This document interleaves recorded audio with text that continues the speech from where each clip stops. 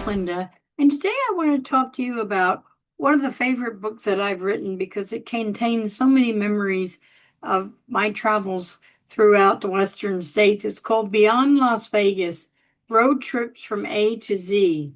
And I'm going to read to you. I won't sing, I promise, because you don't want to hear me sing.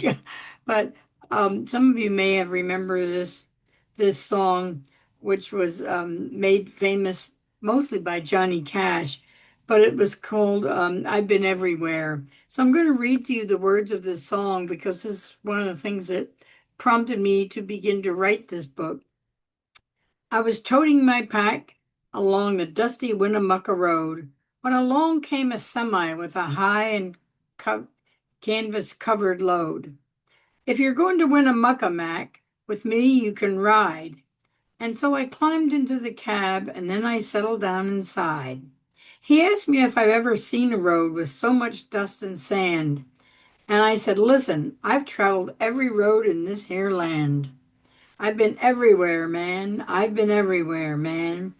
Crossed the deserts bare, man. I breathed the mountain air, man. Of travel I've had my share, man. I've been everywhere. Well, I haven't been everywhere. I've been to all 50 of the United States plus about 7 countries. But I wrote this book mainly because I was so fascinated by the West. And it contains stories about places you can visit. And it literally does go from A to Z. It starts with Alamo, Nevada, and ends with Zzyzx, California. But there's at least one place to visit in every one of those 26 letters. Most letters have 3 or 4, maybe even more places that you can visit. But I thought since I started out by reading you the lyrics of I've Been Everywhere, which focus on Winnemucca, probably most people have never heard of Winnemucca, Nevada, but it has a very rich history. So I'm going to read just an excerpt from the chapter of Winnemucca towards the back of the book. Winnemucca. Okay, it took a while to get to Winnemucca, but by now you probably feel like Johnny Cash that you've been everywhere. Winnemucca, by the way, means one moccasin. The town is named after Sarah Winnemucca's father, Chief Winnemucca. Sarah, the better known of the two, was a writer, activist, and military scout. She served as interpreter for the U.S. Army and spoke passionately about the mistreatment of Native Americans in her autobiography, Life Among the Paiutes, Their Wrongs and Claims. She was the daughter of Chief Winnemucca, who made sure she received a good education. Her grandfather was Chief Truckee, for whom the Truckee River is named, that flows through Nevada, through Reno, Nevada. She accompanied John Fremont, and you may have heard of Fremont Street in Las Vegas. That's who it was named after. But she accompanied John Fremont in his exploration of California and Nevada. Sarah used her language skills to become a peacemaker and interpreter for the Bureau of Indian Affairs. In 1883, Sarah Winnemucca published the first autobiography written by a Native American woman, based on hundreds of lectures she had given in the Northeast and the Mid-Atlantic. It has been described as one of the most enduring ethno-historical books written by an American Indian.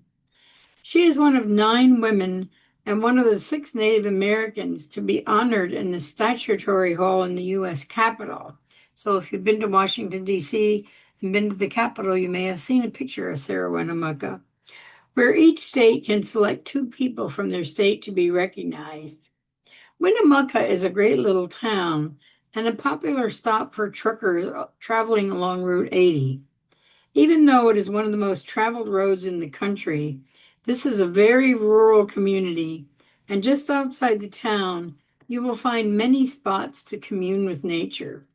Like much of rural Nevada, it has a colorful past.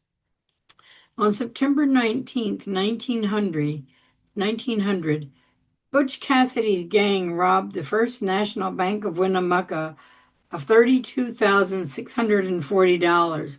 Doesn't sound like much in today's bank robbery standards. But Winnemucca is home to the Buckaroo Hall of Fame and the Heritage Museum and hosts an annual Basque Festival. Besides its Native American and Basque heritage, it was also the home to many Chinese railroad workers. So, a travel tip, and I do give travel tips for each of these spots.